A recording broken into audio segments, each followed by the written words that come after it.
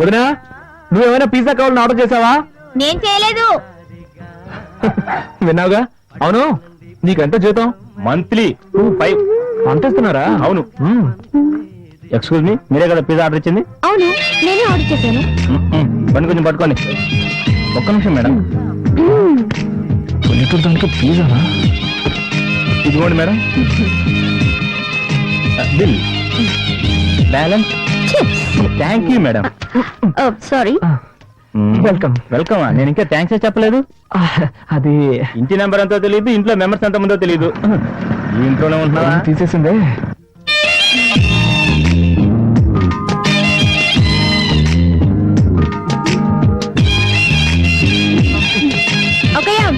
Pizza ఎమ్మ taste గా ఉంది. ఒక పీస్ తింటావా? నాకు పిజ్జా నచ్చదు. Good night.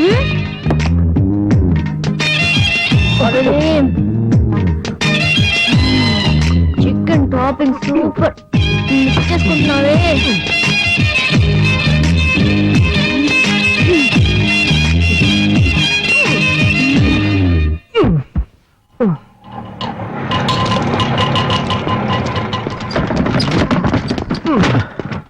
నమస్కారం బాబు. నమస్కారం. నమస్కారం.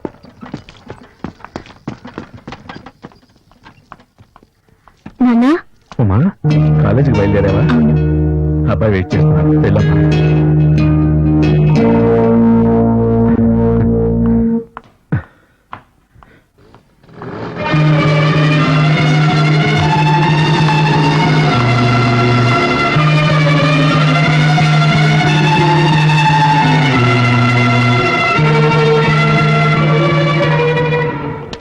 హాయ్.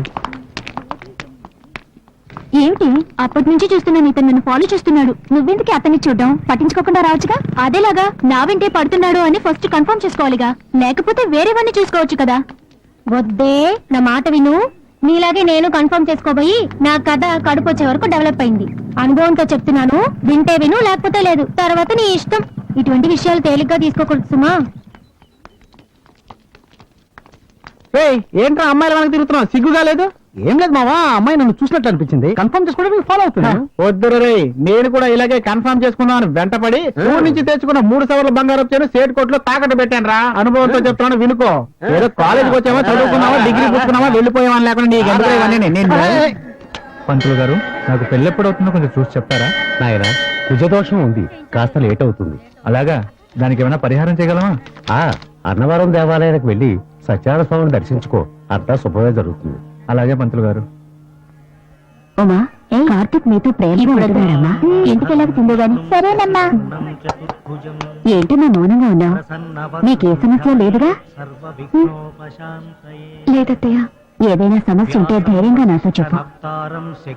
నన్ను మీ అత్తయ్యగా అనుకోకు, మీ అమ్మనే అనుకో. ఏమైందమ్మా? ఆయనకి నేను నచ్చలేదు అత్తయ్య. ఎప్పుడు చూసినా తిడతారు. ఇంట్లో అయినా పర్వాలేదు, కాలేజీలో కూడా తిడతారు. ఉమా, ఏడవకమ్మా. ఉమా, నువ్వు వాడిని దూరం చేసుకోకమ్మా. మా అబ్బాయి చాలా మంచివాడు. నా తర్వాత వాడిని చూసుకోవాల్సిన బాధ్యత నీదేనమ్మా. గుడికొచ్చి ఏడవకూడదు. అత్తయ్య, పాపతో పాటు మీరు వెళ్ళి ప్రదక్షిణ చేసిరండి. రామ్మా, వెళ్ళు. ఓం నమో విష్ణవే ప్రభవిష్ణవే శ్రీ వైశంపాయన. అమ్మా, వీళ్ళ కుటుంబం అంటే ఇంతే అనుకుంటారు. వీళ్ళ అన్నయ్య కూడా తక్కువైన వాడు కాదు. నా పెళ్ళైన కొత్తలో ఒక అమ్మాయితో పరిచయం ఉండేది. నేనంత తేలిగ్గా వదిలేస్తానా? ఆయన్ని ఎక్కడ నొక్కి పెట్టాలో అక్కడ నొక్కి పెట్టాను. ఇప్పుడు ఆయన చూసావుగా, నిల్చోమంటే నిల్చుంటారు, కూర్చోమంటే కూర్చుంటారు. అంతా మన చేతుల్లోనే ఉంది.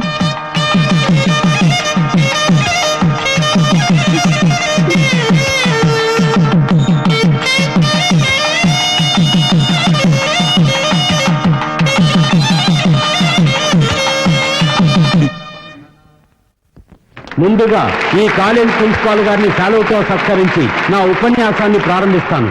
వేదికపై ఆసీనులై ఉన్న ప్రిన్సిపాల్ గారికి, ట్రస్టు నిర్వాహకులకు, భావి భారతదేశానికి ఆశాదీపాలైన విద్యార్థిని విద్యార్థులకు, ఈ కార్యక్రమానికి విచ్చేసిన మీ అందరికీ మామా ముసలాడు మైకి పట్టుకుంటే అసలు వాడు అసలే బ్రెయిన్ ఎటరు మర్యాదగా నా మాట విని ఇక్కడి నుంచి ఎస్కేప్ అయిపోతాం వచ్చాయి. నువ్వు ఎస్కేప్ అవ్వచ్చు, నా చదువు కోసం స్కాలర్షిప్ ఇస్తారు కదా. రే నీకు ఇచ్చే 500 కోసం 50,000 ఖర్చు పెట్టి మీటింగ్ పెట్టారా? ఇదంత అవసరం అంటావా చెప్పు మావా. మావా, ఒక వారం ఖర్చులకు వస్తాయి, వేరే దారి లేదు, కాస్త ఓర్చుకో.